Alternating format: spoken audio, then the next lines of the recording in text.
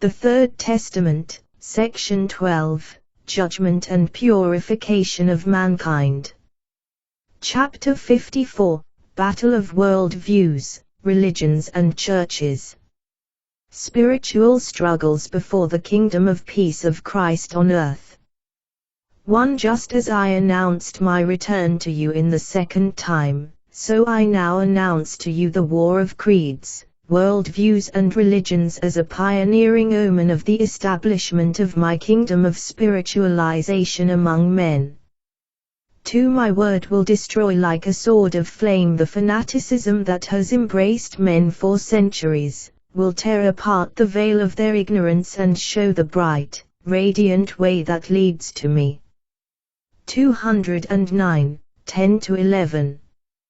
3. For the peace of my kingdom to be established among men, the war of doctrines of faith, religions and ideologies must first be fought out, a conflict in which some set my name and truth against the false idols of others, and in which one teaching fights the other.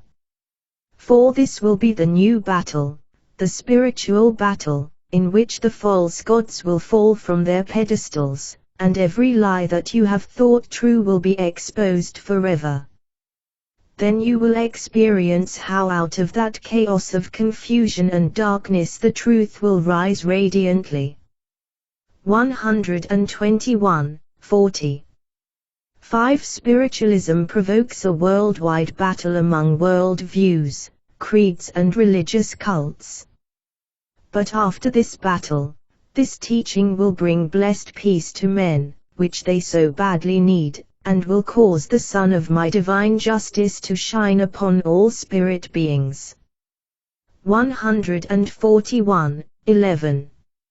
6. I prepare you and warn you about the time of confusion of world views, so that you may be free from the inner struggle of the spirit and the torture of thoughts. 7. For all the world views, doctrines, theologies, philosophies, and creeds of mankind will be shaken, symbolizing a storm, a true storm of the Spirit, on whose turbulent waves you are to sail according to my will and remain on top until the storm and darkness are over. 8. I give you no better recipe to get through this ordeal safely than prayer and observance of my word, whereby your faith will be continually strengthened. 9. That battle of world views, that clash of beliefs and ideologies, that battle is absolutely necessary so that all infirmities and errors that have accumulated at the bottom of every cult and institution may come to the surface. 10. Only after this storm will a moral and spiritual cleansing of men be able to begin, for they will see the truth come to light, will recognize it, feel it in themselves, and will no longer be able to feed on imaginations and pretenses. 11. Just as every man voluntarily and entirely for himself makes use of the vital effect of the sun on his body, because he recognizes that material life is based on its light, warmth, and influence, so will they use from the light of truth all that they need for the preservation, strengthening, and enlightenment of their spirit. 12. Then a power never before felt by man will become effective, because his life will become more and more conformed to the true principles of life, the norms established by my law. 323, 19-22. The struggle for spiritual dominance on earth. 13. There is the struggle of world views and doctrines of faith in this time. Every man wants to be in the right. But who is right in this struggle of egoisms and self-interest? Who is the owner of truth? 14. If those who believe of themselves to be on the perfect way and to possess the truth are proud of it, verily, I say to you, they do not yet know the way, for on it one must be humble, and it is enough that they do not recognize the truth contained in the faith of others to be no longer humble. But I told you already in the second time, blessed are the gentle and humble of heart.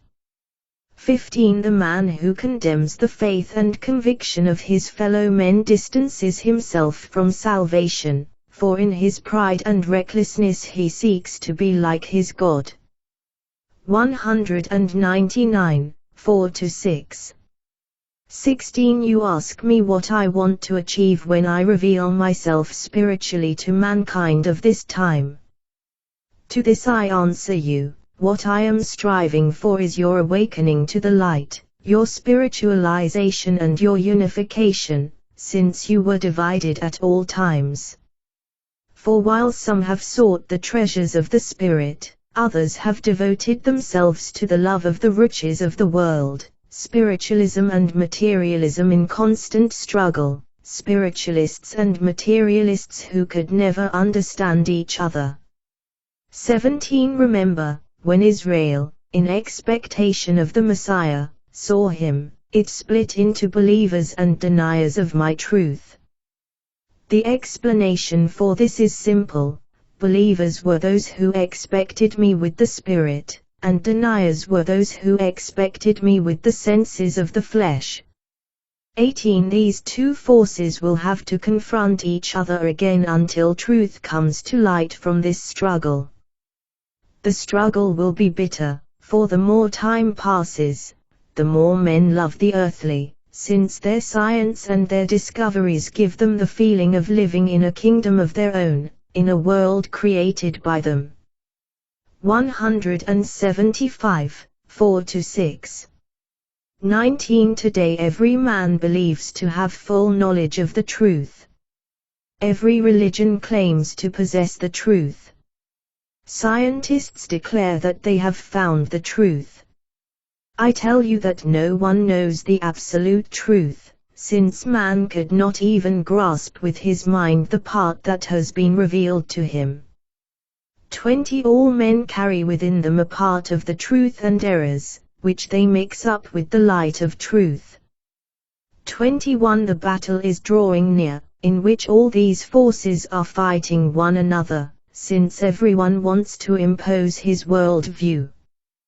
But in the end there will not be the victory of a human ideology, nor of a scientific theory, nor of a religious creed that asserts itself, but the harmonious union of all good views, of all high-level beliefs, of all cult forms raised to the highest spirituality, of all sciences devoted to the service of true human progress.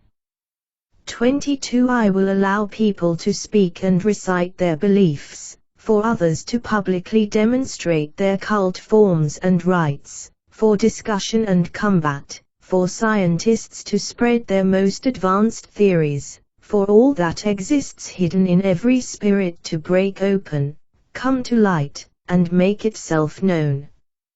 For near is the day of the reaper, that day when conscience, like an inexorable sickle, cuts off by the root all that is false in the heart of man. 322, 15-18. The fight against the spiritual teachings. 23. The clergy of this time are dressed royally to symbolically officiate at the sacrifice of Jesus, and although they take my name and my substitution, I discover that their minds are confused, their hearts stirred by the storms of intrigue and passions. There is not one who proclaims as a prophet that I am among the people of this time. They will experience great suffering because there is no spiritual armament among them. Where is the fulfillment of those who have vowed before Jesus to follow his trail? Where are the followers of my apostles? Is there any like John, who was among the first, or Paul, who was among the followers? 24. Therefore the Master is drawing near to you anew to take up his teaching again. Already I see the new Pharisees and scribes rushing against me with hatred. Just then I will ask, where are my disciples? But when the proud, the false, the rich who fear to lose their power, those who threatened by my truth, mock and persecute me again, wild storms will break out. But it will not be I who collapses under the weight of the cross, but those who demanded the sacrifice of him who gave them life. 149, 32-33. 25. The wave of materialism will rise and become a troubled sea, a sea of suffering, despair and fear of the injustice of men. 26. Only one boat will sail over that sea of passions, desires, and hatred of men, and that boat will be that of my law. Blessed are those who are strong when this time comes. 27. But woe to those who are sleeping. Woe to the weak.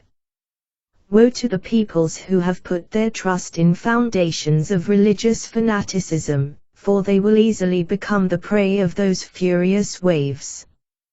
28. Do you not foresee the battle, O mankind?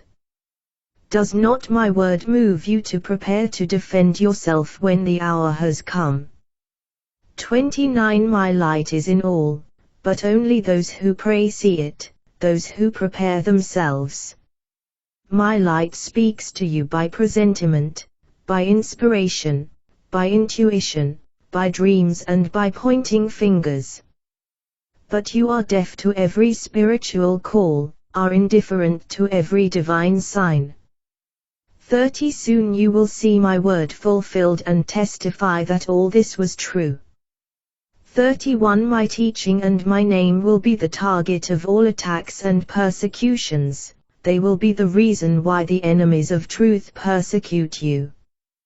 But my teaching will also be the licber of those who stand up and defend the faith, and it will be the shield behind which the innocent will find protection.